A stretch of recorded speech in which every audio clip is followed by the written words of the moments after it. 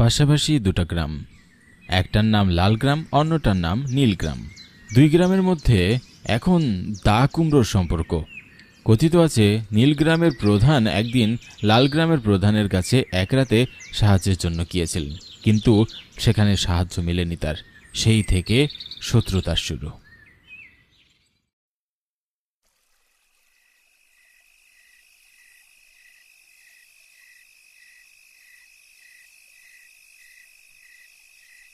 তোর গ্রামের নামটা কি জানো?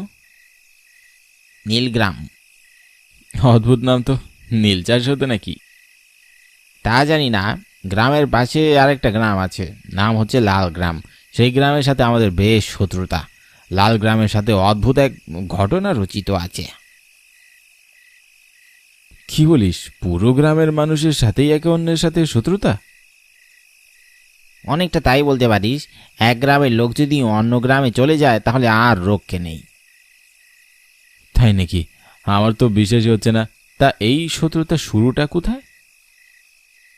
বহু বছর আগে নীল গ্রামের প্রধান গিয়েছিল লাল গ্রামের প্রধানের কাছে কোনো একটা সাহায্যের জন্য, কিন্তু লাল গ্রামের প্রধান সেটা করেনি। সেই থেকে দ্বন্দ্বের শুরু, আর সেটাই এখনো চলছে। সেটা নিরসনের চেষ্টা করা হয়নি? না রে, সবচেয়ে বড় কথা, কেউ নিরসনের জন্য চেষ্টা করেনি। আচ্ছা, যদি ভুল করে আমরা লাল গ্রামে চলে যাই তখন? ভালাই ষাট, এই কথা মুখে মানিস না। তুই তো অনেকদিন বাদে এখানে আসলি, তোর গ্রামের অবস্থা সব চেনা আছে তো? ধুর, রাস্তা চেনার কি দরকার, ওই তো একটা অটো আসছে, ওখান থেকে অটো নিয়ে সোজা নীল গ্রামে চলে যাব।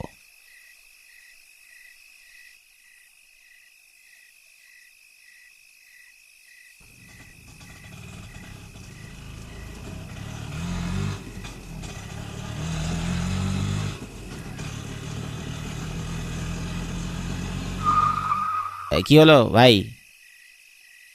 গাড়িতে একটা সমস্যা দিছে, স্টার্ট নিতেছে না। তাহলে এখন কি করবা? ঠিক করতে পারবে তো? নাই, সামনে একটা গ্যারেজ ছিল, কিন্তু সেই গ্যারেজ এখন বন্ধ হয়ে গেছে। এখন কি হবে? এই রাতের বেলায় এই গ্রামের রাস্তায় তো গাড়িও পাবো না। চল নামি।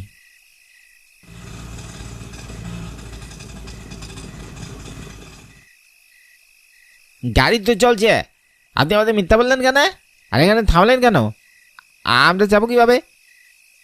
অব্র বুঝতে পারলো না তাদের সাথে কি হচ্ছে, কিন্তু সত্যি কথা বলতে সেই অটোওয়ালা ছিল লাল গ্রামের। সে অব্রকে চিনতে পেরেছে। সে ইচ্ছা করে অব্রকে লাল গ্রামে নামিয়ে দিয়ে যায়। অব্রের চেঁচামেচির কোনো উত্তর অটোওয়ালা দিল না। তোদের গ্রামে বুঝি এসব হয়? লজ্জায় মাথা নিচু করে যায় অভ্র। সে বিষয়টা কাটানোর চেষ্টা করে। হতে পারে অটোওয়ালা রাত করে গ্রামের রাস্তায় যেতে ভয় পাচ্ছিল। হয়েছে, আর বুঝতে হবে না। এখন কি করবি? হেঁটে রওনা দিবি? গ্রাম পর্যন্ত যেতে কতক্ষণ লাগবে? যতদূর মনে পড়ে, অটো করে যেতে গেলেও তো 1.5 ঘন্টা লাগে, সেখানে হেঁটে যেতে তো আরো অনেক সময় লাগবে। এত রাতে হেঁটে রওনা দেওয়া কি উচিত হবে? তাহলে আশেপাশে কোথাও থাকার জায়গা খুঁজি।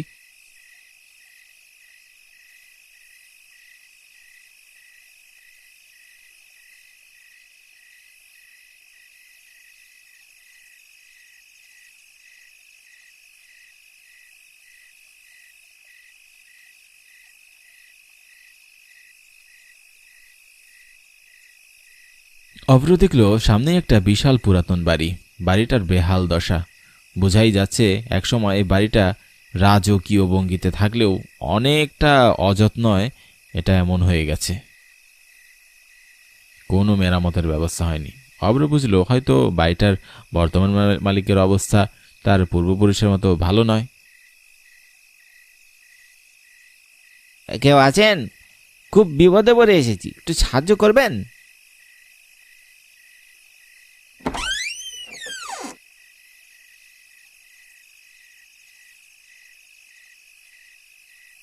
গিজাই দেখুন, আমরা খুব বিপদে পড়ে এসেছি। আমরা বাসায় যাচ্ছিলাম, কিন্তু অটোওয়ালা আমাদের সাথে ছলনা করে আমাদেরকে এখানে নামিয়ে দেয়। এখন বাসায় যাওয়ার কোনো অটো পাচ্ছি না, এই রাতটুকু এখানেই থেকে যেতে চাচ্ছি। ঠিক আছে, আসুন।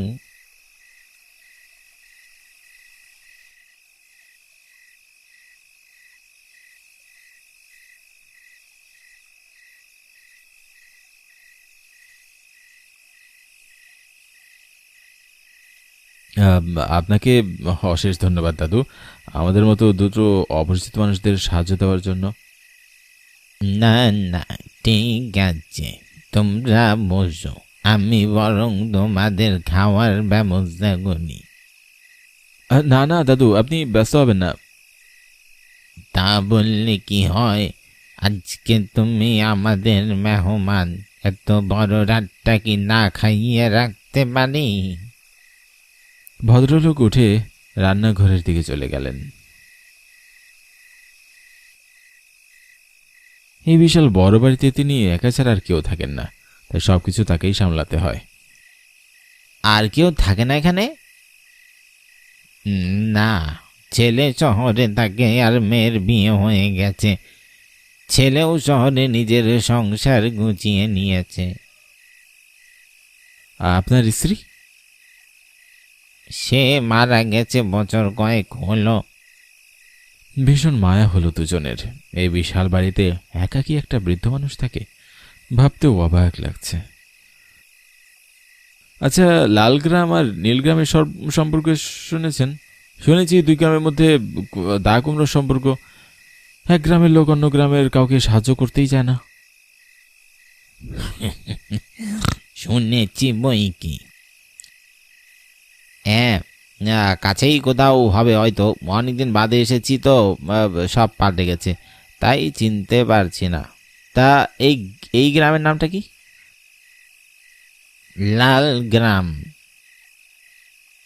আস্তে খাও। তোমার পূর্বপুরুষ সেখানে সাহায্যের জন্য এসেছিলেন, কিন্তু সাহায্য পাননি। এরপর একদিন তোমাদের বাড়িতে আমার দাদুর বাবা আর দাদুকে নেমন্তন্ন করা হয়েছিল। তারা ভেবেছিল সব বুঝি ঠিক হয়ে গেছে। আমার দাদু তখন যুবক, 10 বছরের এক সন্তান আছে তার। দাদু গেলেন নেমন্তন্ন রক্ষা করতে, সেই দাওয়াতেই ভাতের সাথে বিষ মিশিয়ে মেরে ফেলে আমার দাদুকে। আপনি কি আমাদের ভাতের সাথে বিষ মিশিয়ে রেখেছেন?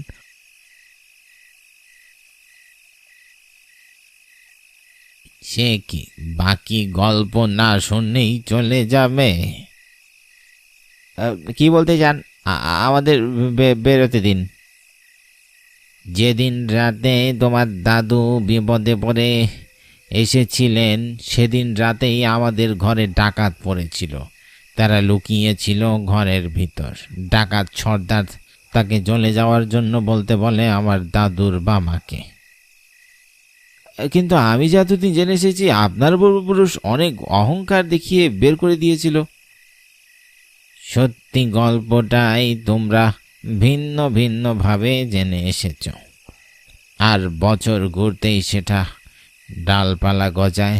আর এরপর কি হলো সেটা তো জানোই। তুই যে নীলগ্রামের গ্রাম প্রধানের বংশধর, এটা আগে কখনো জানতিস না? ওকে আমি দেখেই চিনতে পেরেছিলাম। বয়স হয়ে গেলেও স্মৃতিশক্তি কিছুটা এখনো ভালোই আছে। আর ওই অটোওয়ালা আমাদের ইচ্ছা করে লাল গ্রামে নামিয়ে দিয়ে গেল। হয়তো ভেবেছে আমি ওই নীলগ্রাম প্রধানের বংশধরকে পেলে প্রতিশোধ নিব, তাই ইচ্ছা করে আমার বাড়ির সামনে নামিয়ে দিয়ে গেছে। আপনি কি আমাদের মেরে ফেলবেন? আপনি কি খাবারে বিষ মিশিয়েছেন? না, বিষ মিশালে এতক্ষণে সেটার প্রভাব শুরু হয়ে যেত। তোমাদের আমি কিছু করব না। আমি চাই দুই গ্রামের মধ্যকারী রাগারাগি আর হিংসেটা বন্ধ হোক।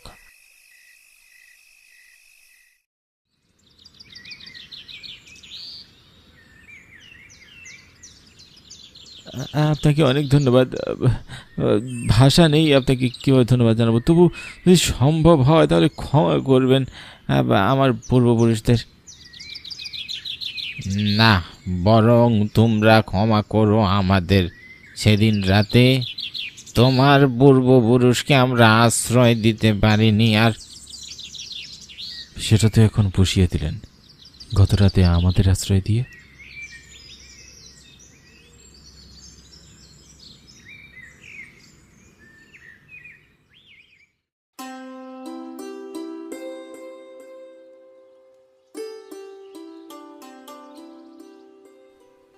অন্যবারের তুলনায় এবারে শীতটা বেশ জাঁকিয়ে পড়েছে। গায়ে সুতির জামাতে শীত আর মানছে না রনির, সেটাতেও কাঁধের জায়গাতে একটুখানি আবার ছেঁড়া। মায়ের দিকে তাকিয়ে দেখল তার মায়ের আঁচলের কিছু জায়গাতেও ছেঁড়া আছে।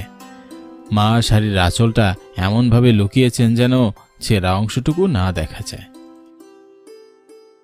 তোর জামাটা ছিঁড়ে গেছে খোকা, এবার দেখি তোকে একটা নতুন শার্ট কিনে দিব।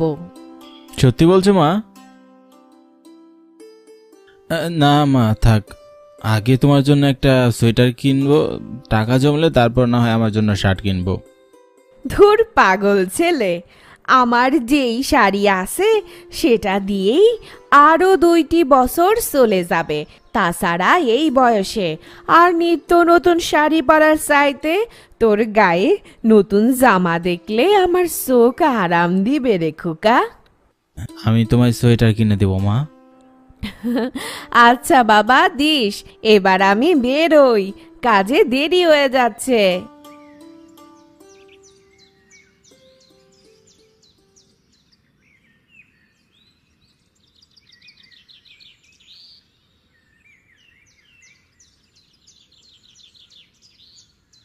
কানু রনির বয়সেরই একজন ছেলে। এখানকার এক দিদিমণি বটগাছতলায় ছোট একটা স্কুল দিয়েছেন। কানু সেখানেই রনির সাথে পড়ে। বিশাল এক বস্তা কাঁধে নিয়ে কানুকে দেখে রনি জিজ্ঞাসা করে, বিশাল বস্তা নিয়ে কোথায় যাস রে কানু? দিদিমণির কাছে পড়তে যাবি না? হ্যাঁ, যাবো তো, তবে বোতল করানোর পর। বোতল করাতে কেন যাচ্ছিস? এত বোতল দিয়ে কি হবে? আরে, বোতল ভাঙারির কাছে বিক্রি করব, সেখান থেকে কিছু টাকা পাবো। সত্যি বলছিস? কত টাকা পাস রোজ? 10 টাকা, 20 টাকা, ভাগ্য ভালো থাকলে 30 টাকাও মাঝে মাঝে পাই। তুই আমার জন্য একটু দাঁড়া, আমিও যাবো তোর সাথে। তুই কেন যাবি? তোর মা যদি জানে বকবে না? মাকে জানিয়ে যাব নাকি লুকিয়ে যাব? তুই কিন্তু আমার মাকে কিছু বলবি না।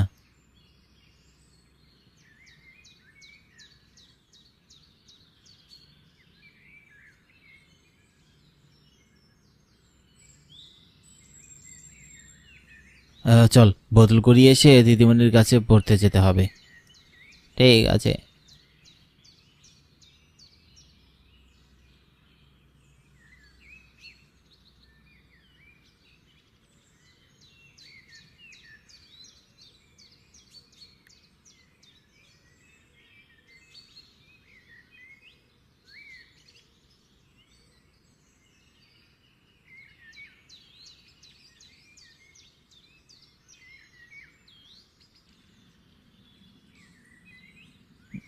এক ঘন্টা হয়ে আসলো, বোতল তো খুব একটা পেলাম না রে।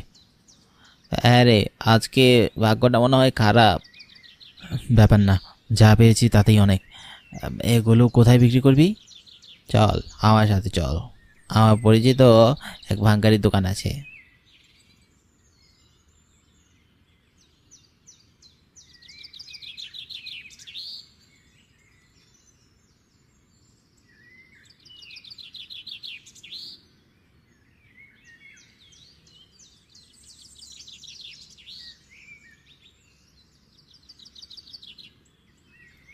ও কাকু, মাত্র 5 টাকা, 1 ঘন্টা ধরে দুজনে মিলে কুড়িয়েছি। সে তোরা 1 ঘন্টা ধরে কুড়োস আর 10 ঘন্টা ধরে কুড়োস, তাতে আমার কি যায় আসে? হ্যাঁ, কতটুকু জিনিস এনেছি সেটাও তো গুরুত্বপূর্ণ নাকি? এই অল্প জিনিসে 5 টাকা দিয়েছি, এটাই ঢের। এখন যা দেখিনি। আর একটা টাকা দাও না গো কাকু, দুজনে 3 দিন করে ভাগ করে নিতাম। রনির কথাটা শুনে কেমন যেন মায়া হয় দোকানদারের, আর একটা টাকা বের করে দিয়ে সে বলল, আচ্ছা ঠিক আছে, নে এই 1 টাকা। দেখ এরপর থেকে লোহার জিনিসপত্র জোগাড় করতে পারিস কিনা, সেসবের জন্য ভালো দাম পাবি। হ্যাঁ,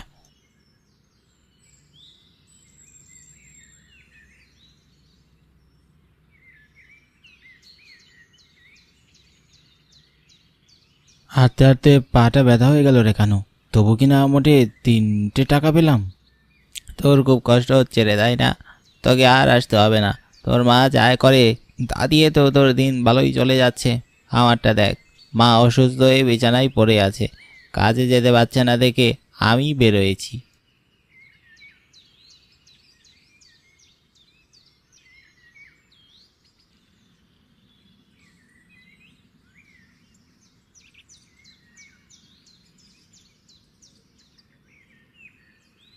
আমাকে কেন আসতে হবে না? অবশ্যই আমি আসব, আমার কোনো কষ্ট হচ্ছে না। ঠিক আছে, তা এই টাকা দিয়ে কি করবি তুই? সোয়েটার কিনবো। এই 3 টাকা দিয়ে সোয়েটার কেনা যায় নাকি? পাগল হয়েছি? আমি কি 3 টাকা দিয়ে সোয়েটার কেনার কথা বলেছি? আমি টাকাগুলো জমাবো, 500 টাকা হলে একটা সোয়েটার কিনবো মায়ের জন্যে। 500 টাকায় সোয়েটার হবে না? কি জানি, আমি কি কখনো সোয়েটার কিনেছি নাকি? আচ্ছা এবার পড়তে চল, দেরি করলে আবার বকুনি খেতে হবে।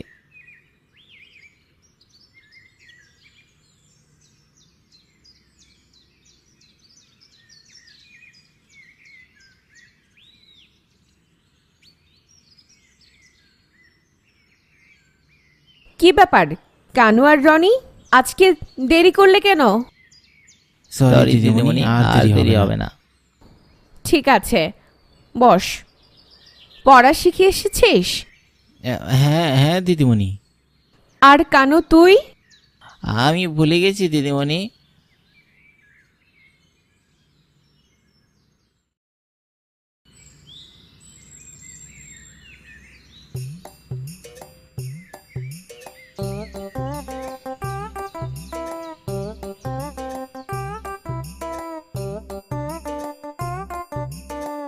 রনি রনি, যাবি না আজকে?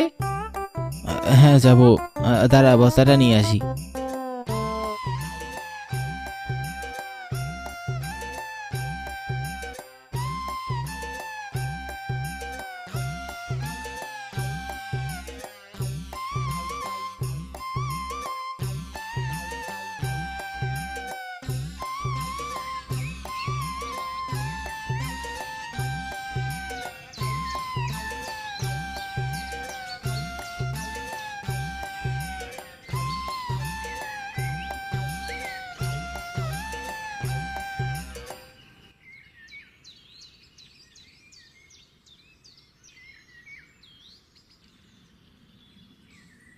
আজকে অনেক বদল জমিয়েছি তাই না রে?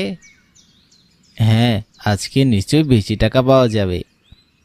হ্যাঁ, 30 টাকা তো পেয়েই যাবো বল।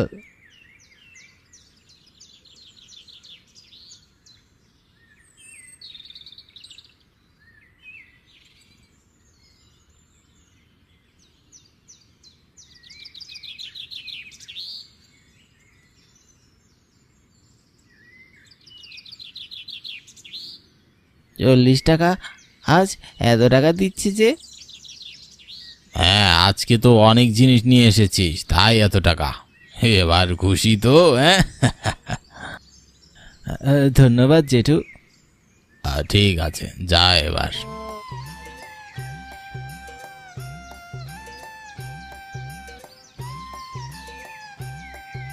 চল আজকে সিঙ্গারা খাই।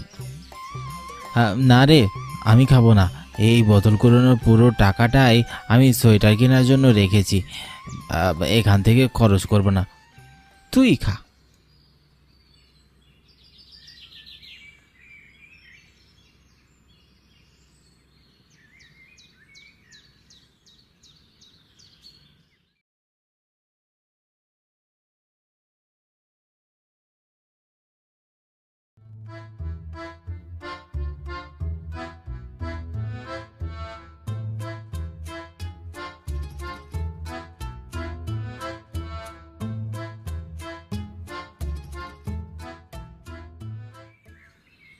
কানু, এই কানু, বের হয়ে আয়।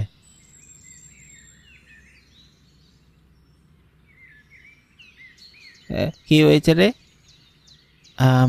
আমি 509 টাকা জমিয়েছি, মায়ের জন্যে সোয়েটার কিনবো বলেছিলাম না, চল আজকে যাই। সত্যি? কই দেখা।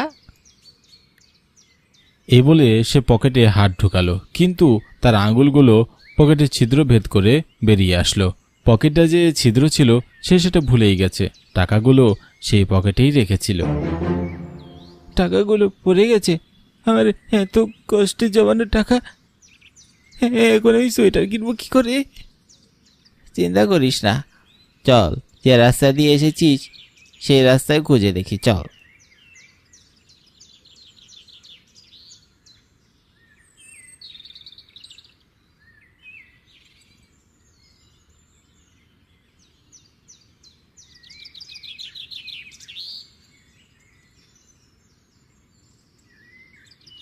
টাকাটা যে পাওয়া যাবে না সেটা তো জানা কথা, আর খুঁজে লাভ নেই, কেউ হয়তো কুড়িয়ে নিয়ে নিয়েছে।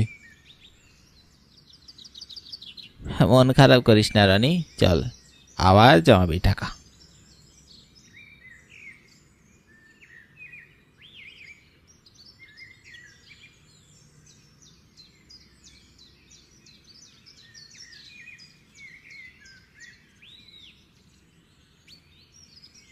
কানু, রনি আসেনি? তুই আর রনি তো সব সময় একসাথেই থাকিস। রনির খুব মন খারাপ দিদিমণি, আর জ্বরও এসেছে, তাই আজকে আসেনি। শিকিরে, কি হয়েছে?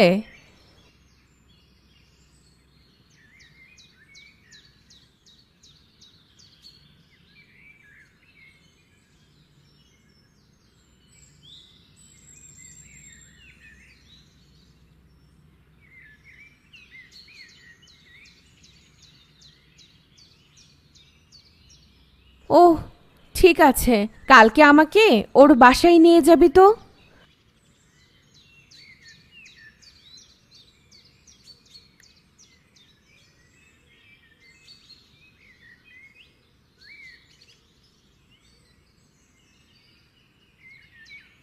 রনি, কিরে, আজ আসলি না কেন?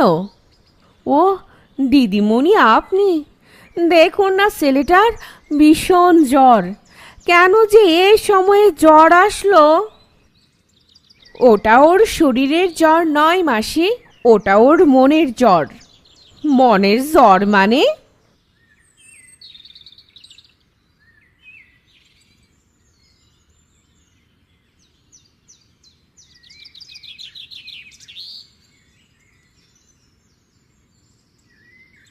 তোকে এই পণ্ডিতি কে করতে বলেছিল খোকা? আমি বলেছিলাম আমার সোয়েটার চাই। রনি শুয়ে থেকে রুগ্ন কণ্ঠে বলল, শীতে যে বড্ড বেশি কষ্ট হয়, সেটা যে আমি আর সহ্য করতে পারি না। তাই বলে তুই বোতল করাবি?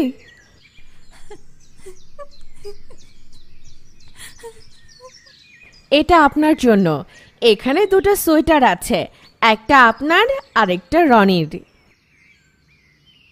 তোমাকে তোমাকে ধন্যবাদ দিদিমণি। হয়েছে, আর পাকটামো করতে হবে না, আর মায়ের কাছে কখনো সত্যি লুকাবি না। ঠিক আছে।